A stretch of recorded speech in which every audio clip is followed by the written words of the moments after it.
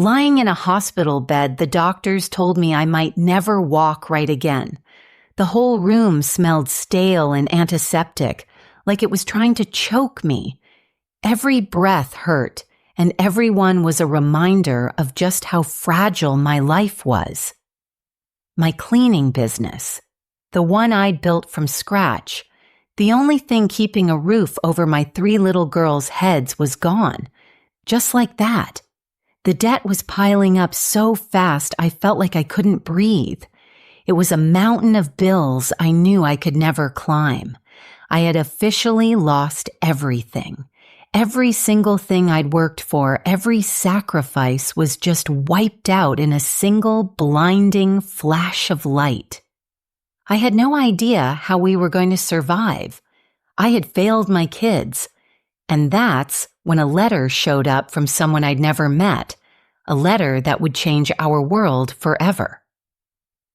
Just a few months before all that, my life was completely different.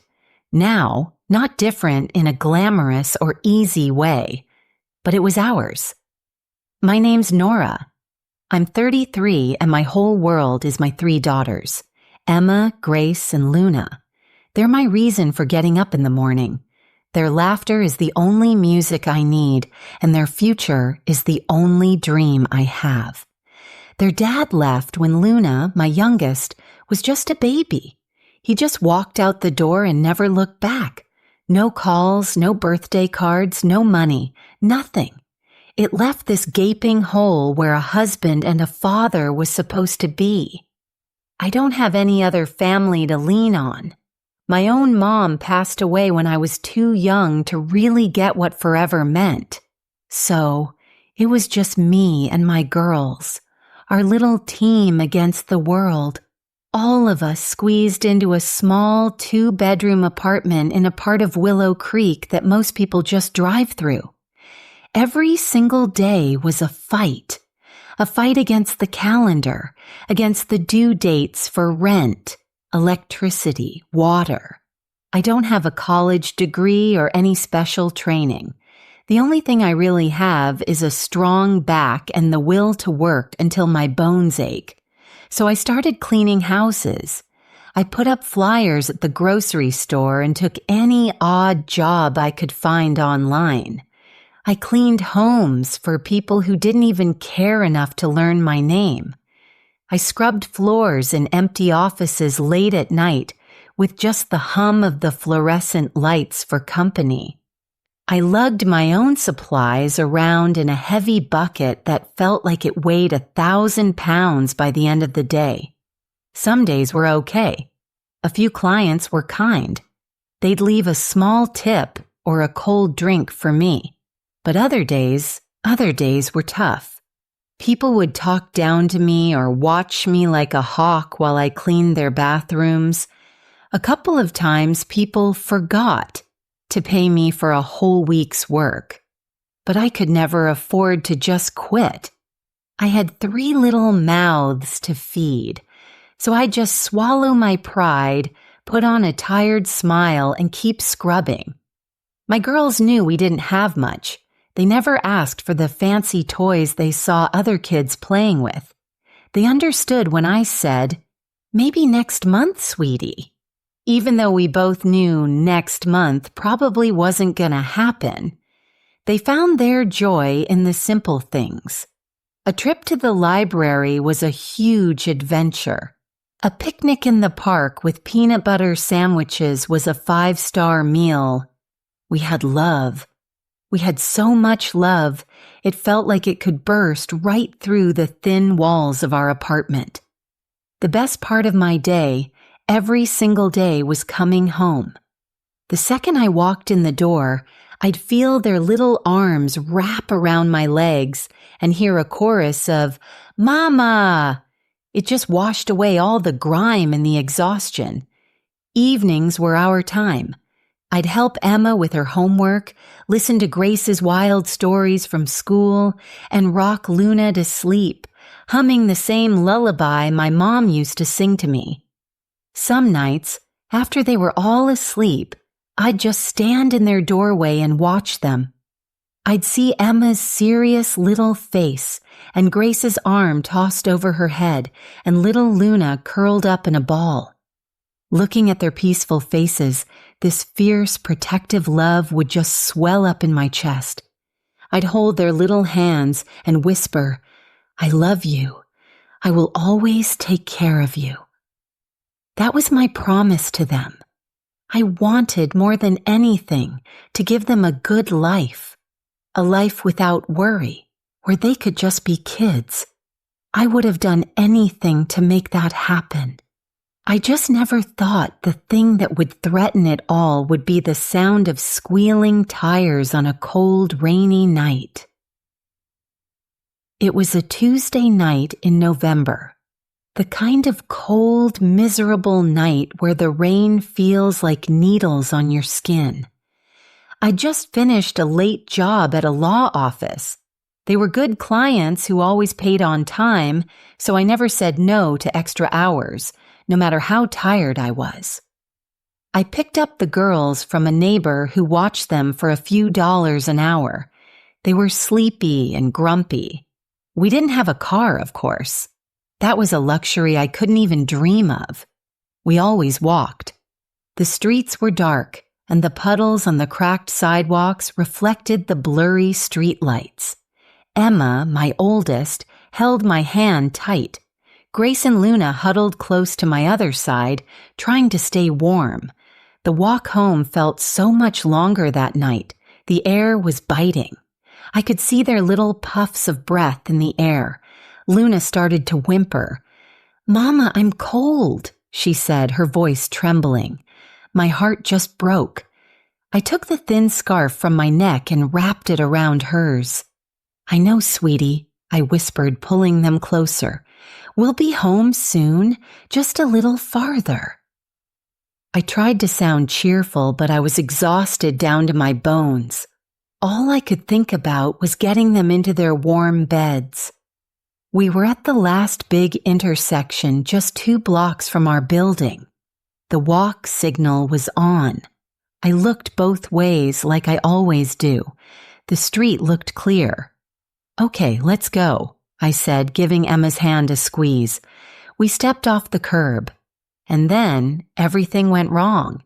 It wasn't slow motion like you see in the movies. It was instant. A blinding blast of headlights from our right. I didn't even have time to scream.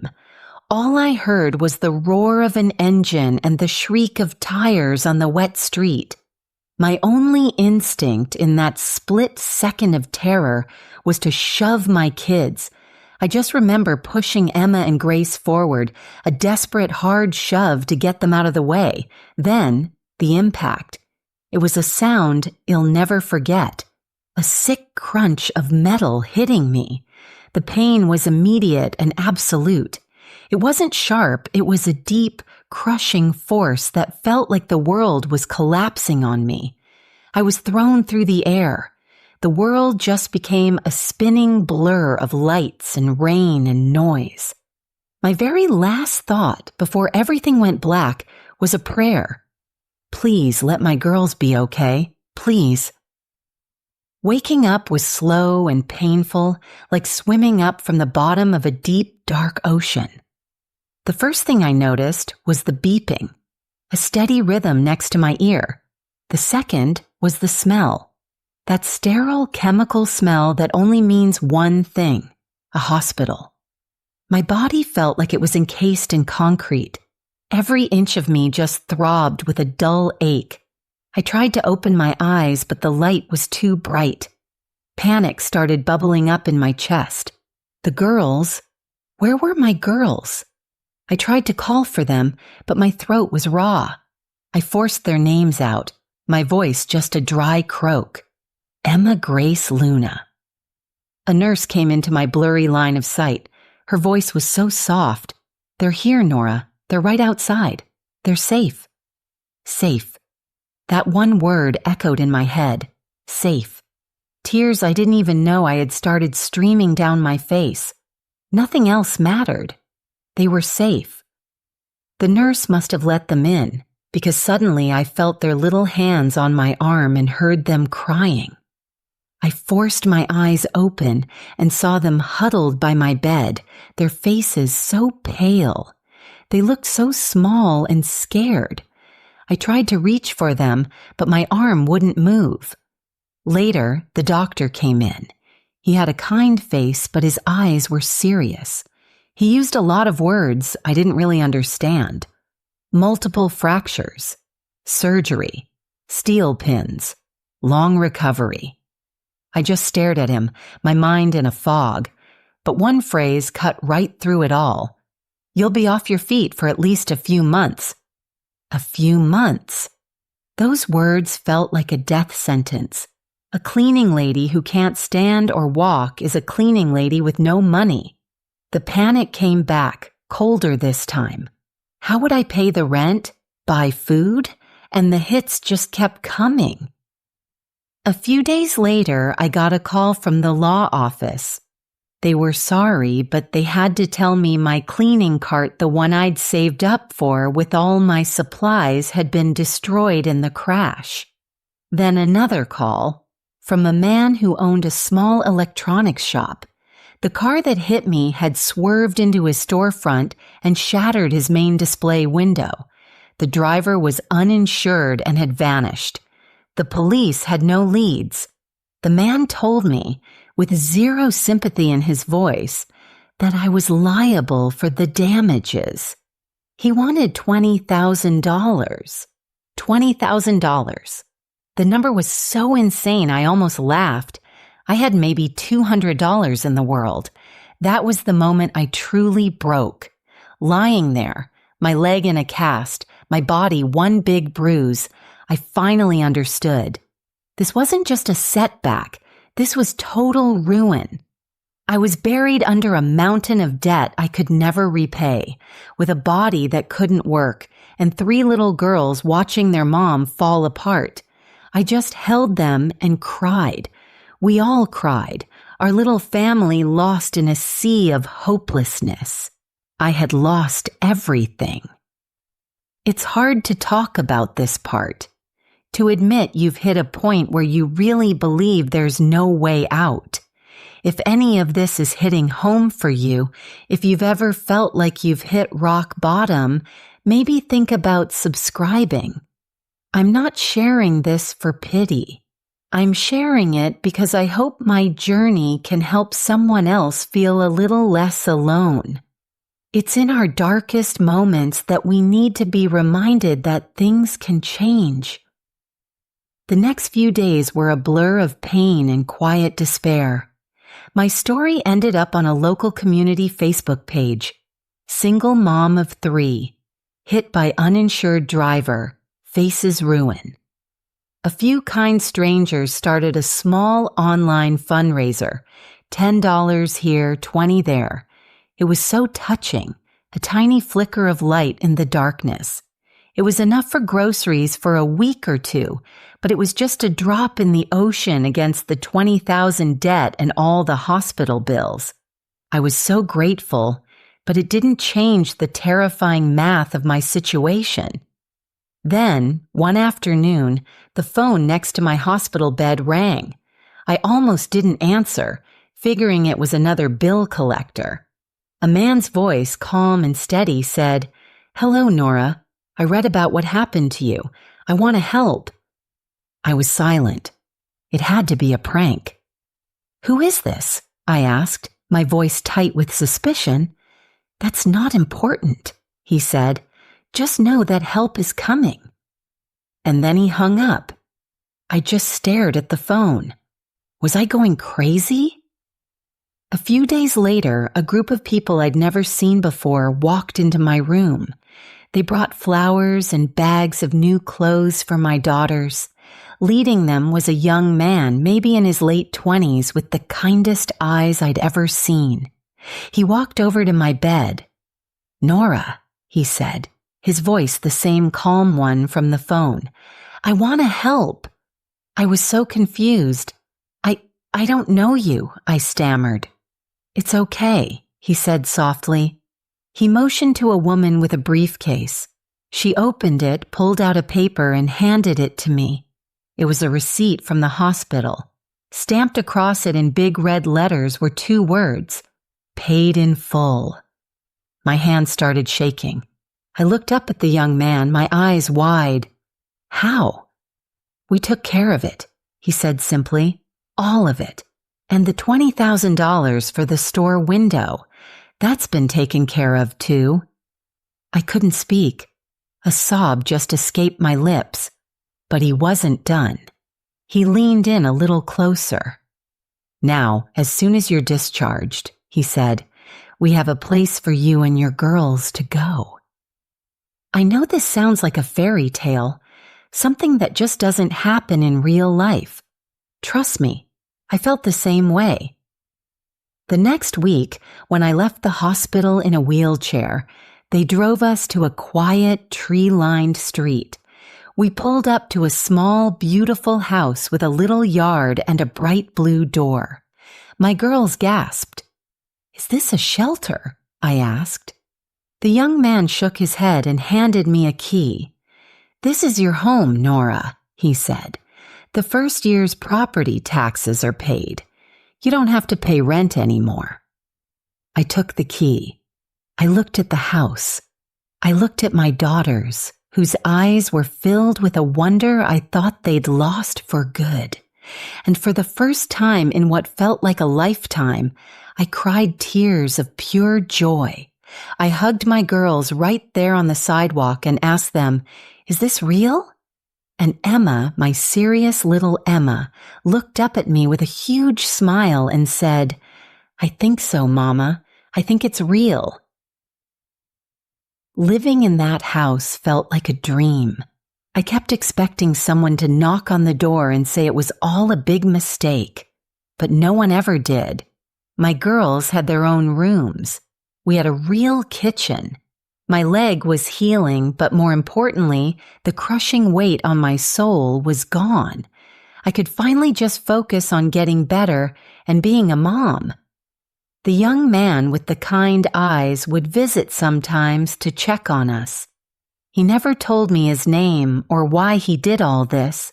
He just asked, "Is there anything you need?" What could I say? He'd already given us everything. One afternoon, he asked me a different question. "Nora, now that you don't have to worry about just surviving, what's your biggest dream? The one you keep hidden?" A dream? I hadn't let myself have a dream in years, but his question was so genuine. I thought back to when I was a teenager, before the struggle, and how much I loved to bake. I looked down at my hands. "It's silly," I said quietly. "Try me," he urged. I took a deep breath. "I always wanted to open a bakery," I confessed. "A small one. A place that smells like fresh bread and cinnamon. A happy place." He didn't laugh. He just looked at me with that same steady warmth and said, "Let's make it happen." And just like that, he did. But this time was different. He wasn't just giving me a gift. He was investing in me. He enrolled me in a business course at the community college. He connected me with people to find a perfect little storefront downtown. He helped me create a brand, a logo. He didn't just hand me a solution, he empowered me to build my own. The next few months were a whirlwind. I discovered I was good with numbers, that I loved managing things. I wasn't Nora the victim anymore. I was Nora the entrepreneur. My girls would come with me to the empty store after school, helping me paint. They were watching their mom not as someone who was broken, but as someone who was building something. The day we opened the Sweet Life Bakery was the proudest day of my life. The air smelled of fresh coffee and warm croissants. The place was packed. My daughters, wearing little aprons I'd made, helped hand out samples. I stood behind the counter, my leg finally strong again, and looked at the happy, bustling space I had created. I looked at my girls, their faces beaming with pride. In that moment, I wasn't a cleaner. I wasn't a charity case. I was a businesswoman. I was happy. Looking back, it's hard to believe the two lives belong to the same person. The woman lying broken in that hospital bed, and the woman standing here today covered in flour in her own bakery. The car crash that I thought destroyed my life actually ended up being the start of a new one, a life I never would have dared to imagine. And the stranger, the young man with the kind eyes, what he did was never just about the money or the house. It was about something much deeper. He gave me back my faith in the goodness of people, faith that even when you are in the darkest pit, a hand can reach out and pull you into the light. He gave my children their mother back. I might never know why he chose to help me. I've stopped asking, but I know that his single act of radical kindness created a ripple effect. Now, at the end of every day, we package up our leftovers and take them to local shelters. Every month, we host a free baking class for kids in the community. I'm trying in my own small way to pay forward the incredible gift I received. My story isn't just about a car crash, it's about resilience. It's proof that while a miracle like mine is rare, the power of human kindness to change a life is very, very real. My new life was given to me by a stranger, and I'm going to spend the rest of it making sure that gift keeps on giving. Thank you so much for listening. If you want to see more stories about finding hope and the power of second chances, please subscribe. And if you have a story of kindness, one you've given or one you've received, I would be so honored if you shared it in the comments below. You truly never know whose life you might change.